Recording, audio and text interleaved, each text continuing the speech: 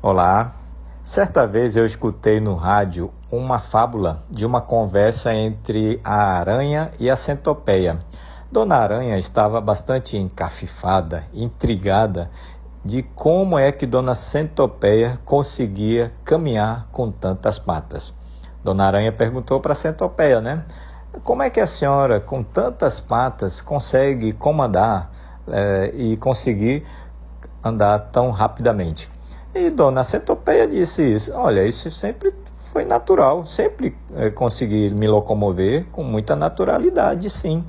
Mas a Dona Aranha ainda ficou intrigada e disse: vamos pensar um pouco, como é que o seu cérebro consegue comandar tantas patas? Qual é que tem que se movimentar primeiro? Qual é que tem que se movimentar por último? Eu tenho aqui 8 patas, eu caminho tranquilamente, mas não consigo imaginar como é que se movimenta com tantas patas. E Dona Centopeia então parou para raciocinar um pouco e tentar observar como é que o cérebro comandava as suas passadas, né? Com isso, as suas patinhas se atrapalharam bastante e Dona Centopeia teve uma enorme dificuldade para se locomover. Não sei de quem é a autoria dessa fábula, mas ela ilustra bem o que a gente tem para conversar hoje sobre a maneira fácil de aprender e a maneira difícil de aprender. No nosso 21º podcast.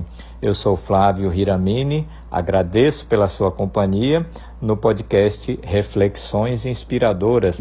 E a gente pode conversar sobre a maneira fácil de aprender, que, sem dúvida, é uma maneira natural de aprender. Você aprendeu a caminhar de forma natural, aprendeu a ficar em pé de forma natural, claro, tendo seus erros e tendo seus acertos. Mesmo quando você errava, sua mãe ou seu pai não criticava você, e sim incentivava, dizendo que você estava num processo de aprendizagem.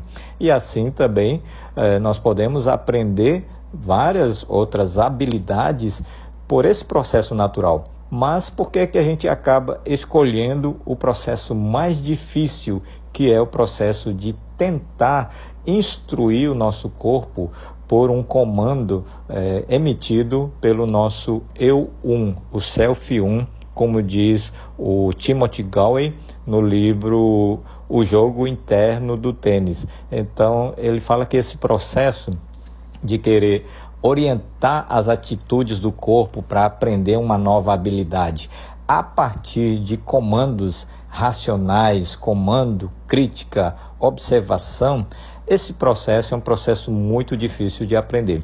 No livro O Jogo Interno do Tênis, o Tim Gallwey cita o aprendizado que ele teve na dança, né? Quando na juventude ele foi para uma escola de dança e disse que penou bastante porque a instrução era esse comando: 2 passos para cá, 2 passos para lá, observe os seus pés, coloque o peso na perna tal, o peso do corpo, distribua e depois movimente para a direita, depois para a esquerda. E com isso ele disse que teve muita dificuldade, somente depois de penar bastante é que ele passou inclusive a poder observar o rosto da sua companheira de dança.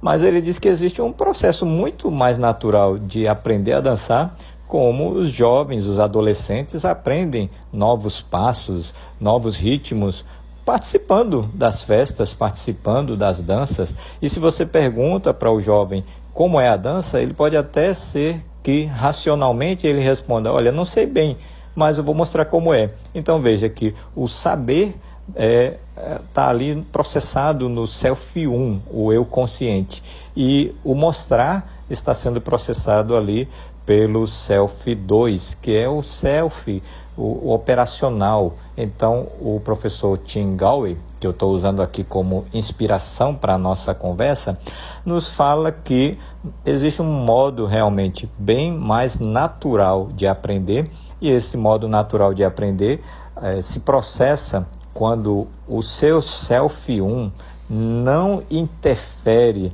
no aprendizado do Self 2. O que é que acontece então? É que nós temos o hábito de, com o nosso self 1, o nosso eu racional, ficar interferindo, julgando, avaliando as atitudes do nosso corpo. E isso gera uma performance bastante sacrificada, gera um desempenho bastante prejudicado. Então, a maneira fácil de aprender é deixar o corpo aprender, deixar o seu Self 2 aprender sem as restrições, sem o julgamento do Self 1. Então, o professor Tim Gowey, ele fala aqui da importância de a gente deixar acontecer, diferente de fazer acontecer. Então, deixar acontecer é deixar o corpo aprender aquele gestual, mais pela observação, mais pela imagem, mais pelo fazejamento, digamos assim, né?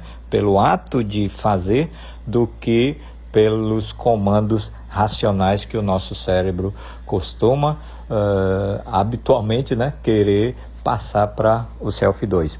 Vou concluir aqui o nosso raciocínio com uma citação de um mestre Zen, D.T. Suzuki, autor do livro Zen na Arte da Arquearia, que ele diz assim: assim que refletimos, deliberamos e formamos conceitos, o estado inconsciente é perdido e o pensamento começa a interferir.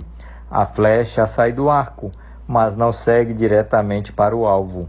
E o alvo já não está no mesmo lugar. O excesso de cálculo acaba levando ao erro. E é bem o que aconteceu com Dona Centopeia, quando, instigada ali pela Dona Aranha, acabou fazendo muitos cálculos e com isso perdeu-se o ato inconsciente do que o seu corpo já sabia como processar o movimento. Fica aqui então a reflexão para a gente desenvolver cada vez mais alta performance pelo processo fácil e natural de aprendizado. Obrigado pela sua companhia. Namastê. Tchau.